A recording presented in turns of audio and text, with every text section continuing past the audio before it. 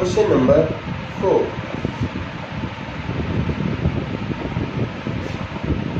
Find the two opposite vertices of a sphere. The opposite vertices of sphere are -1, 2, 3, 2. Find the coordinate of the other two vertices. देखिए बेटा यहाँ पर एक sphere दे दिया A B C और ए के coordinate B C D मान लिया जाए। ए के कोऑर्डिनेट क्या है? ए के हैं -1 और 2, लेकिन बी के x1 y1, फिर सी के 3 और 2 और डी के x2, 1। क्योंकि उसने बोला है बेटा कि ऑपोजिट जो वर्टिसेस हैं स्फीयर के वो गिवन है और दो अदर जो वर्टिसेस बच गए वो निकालने हैं। Find the coordinate of the other two vertices. देखिए इसकी चारों ही साइड क्या है बेटे? बराबर है। और डायगोनल जो है इसके ओ पर इंटरसेक्ट करेंगे। हमें पता है कि diagonals of A sphere bisect each other.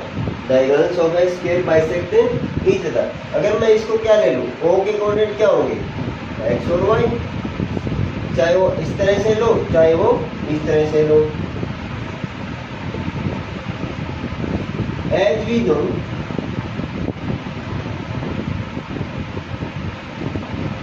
diagonals of a sphere are bisect each other। तो यहाँ पर कोऑर्डिनेट ओ क्या होंगे? Coordinate of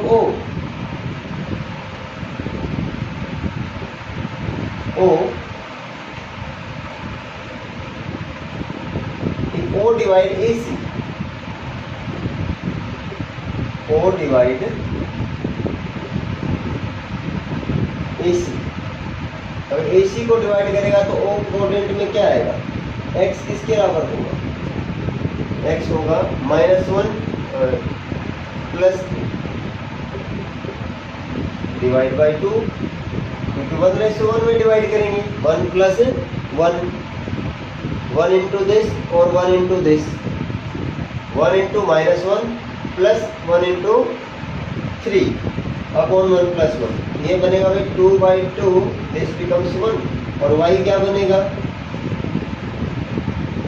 x1 plus x2 divide by 2।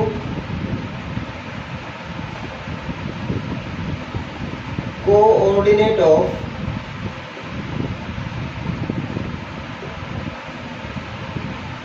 O if O divide BD। यहाँ से x क्या है? यहाँ गलत लिख दिया बेटा। जब हमने y की बात की तो y ही आएगा, और हम AC की बात कर रहे हैं तो AC में y क्या है? 2 plus 2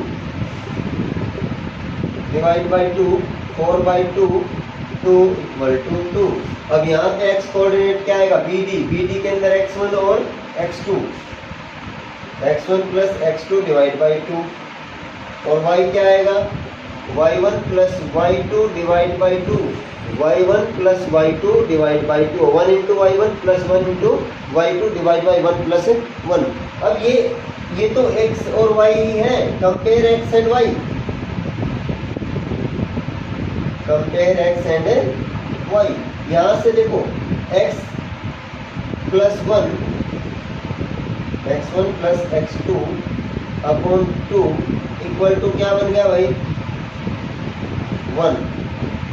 therefore x1 plus x2 equal to 2। यहाँ से y1 plus y2 upon 2, this becomes 2, and y1 plus y2 equal to 4. अब हमने बिल्कुल दोनों के ऊपर एक बार AC पर O ने डिवाइड किया 1:1 में, एक बार BD पर O ने डिवाइड किया 1:1 में, और X और Y दोनों से निकाल दिया, और फिर दोनों को X को X से और Y को Y से कंपेयर कर लिया। लेकिन अभी भी हमारे पास ना X की वैल्यू आई है ना Y की वैल्यू आई है। अब यहाँ से देखो भाई, अगर मैं क्या करूँ, AC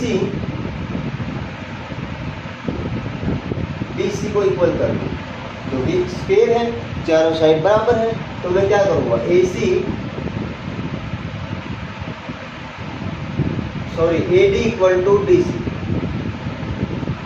AD equal to this, AD equal to CD, क्योंकि यहाँ से 2 यहाँ है, 2 यहाँ है, y2 माइनस 2, y2 माइनस 2 कुछ भी आए वो वहाँ से कैंसिल हो जाएगा। DC is equal to DA कर लो, और DA इक्वल टू DC, क्योंकि हमें तो x1 और x और y की वैल्यू निकालनी है, यानी कि जब x2 और x2 और y2, x1 और y1, अगर इनकी वैल्यू निकलेगी, इनकी वैल्यू कब निकलेगी, क्योंकि इनके समीकरण आ गए, यहाँ पर इक्वेशन आ गए हैं। अब यहाँ से अगर मैं y2 2 इनमें एक इक्वेशन बनाऊंगा, कट जाएगी दोनों साइड में। देखिए कैसे, हमने लिखा पहले DA x2 और -1 into -1 minus x2 -1 minus x2 DA, यानी कि x2 में से x1 को माइनस किया, whole square plus 2 minus y2 whole square equal to, अब इसका देख दो DC का 3 minus x2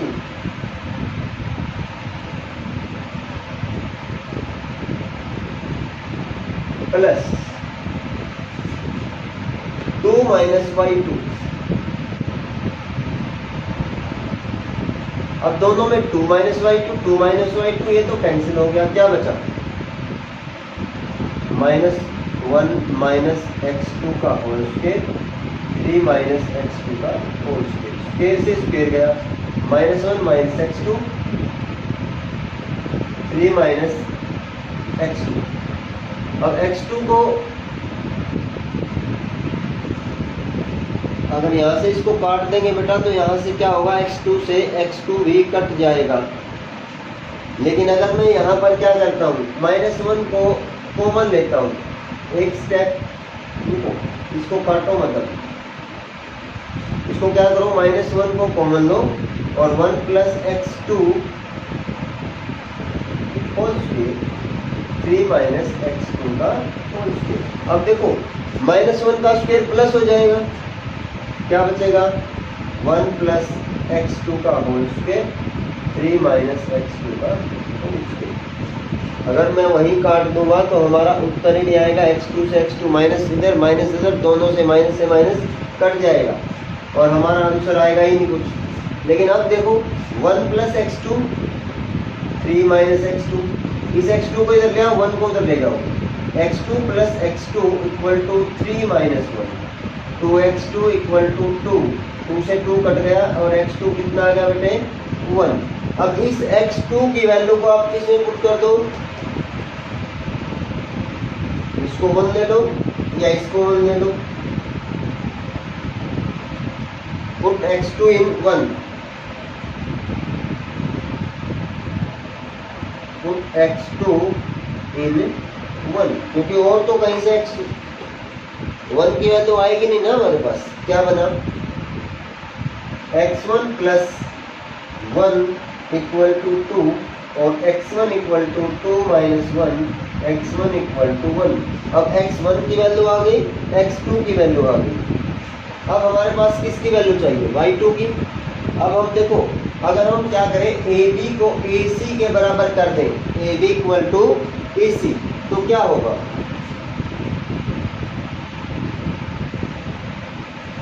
AB equal to AC। अब x1 x2 की जरूरत नहीं है हमें क्या करना है अभी, AC इक्वल टू BD करना। दोनों डायगोनल्स को बराबर कर दो।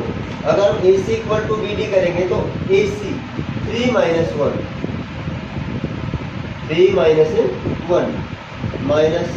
माइनस 1 का whole square plus 2 minus 2 whole square BD x2 minus x1 plus y2 minus y1 का होल स्क्वायर। डिस्टेंस फार्मूला लगा दिया दोनों डायगोनल्स के ऊपर। अब देखो ये 0 हो गया, ये हो गया 3 प्लस 1 का होल स्क्वायर, ये 0 है तो इसको लिखने की जरूरत नहीं है, इक्वल टू। अब यह x2 और x1 क्या है, x2 is 1 and x1 is 1। यहां से देखो बेटा फिर कट गया, 1 minus 1 square equal to y2 minus y1 का होल स्क्वायर। अब यहाँ पे क्या हुआ, ये भी 0 हो गया, 4 square equal to y2 minus y1 का होल स्क्वायर, ये कट गया। अब y1 minus y2 minus y1 equal to 4। अब मैंने सारा रब कर दिया था, इसको छोड़ दिया था। अब इसमें से हम किसी एक को 2 मान लें और इसको मान ले 3। Add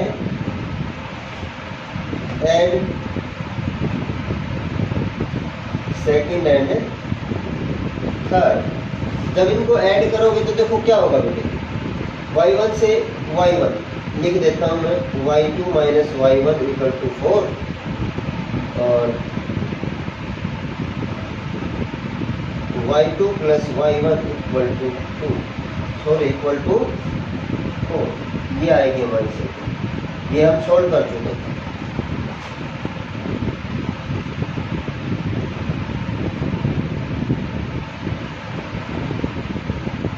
y2 plus y1 equal to 4। अब यहाँ से ये कट गया, 2y2 इक्वल टू 8 और y2 इक्वल टू 4। y2 हमारा 4 आ गया तो हम y2 equal to put y2 equal to 4 in equation 2। क्या हुआ भाई, y1 प्लस 4 इक्वल टू 4 और y1 equal to 4 minus 4 equal to 0। अब यहाँ पे देखो b जो आया, b वो क्या है, x1 y1। x1 कितना है 1 और y1 कितना है बेटे, y1 कितना है 0। फिर आया d में x2 कितना है, वो भी 1 और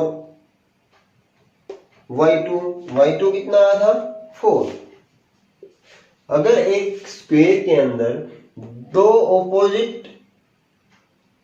जो कॉर्नर हैं उनके अगर हमें जो ऑपोजिट वर्टिसेस हैं उनके अगर कोऑर्डिनेट दे रखे हैं तो दूसरे दो जो ऑपोजिट वर्टिसेस हैं डायगोनल्स के, उनके कोऑर्डिनेट हम निकाल सकते हैं यूजिंग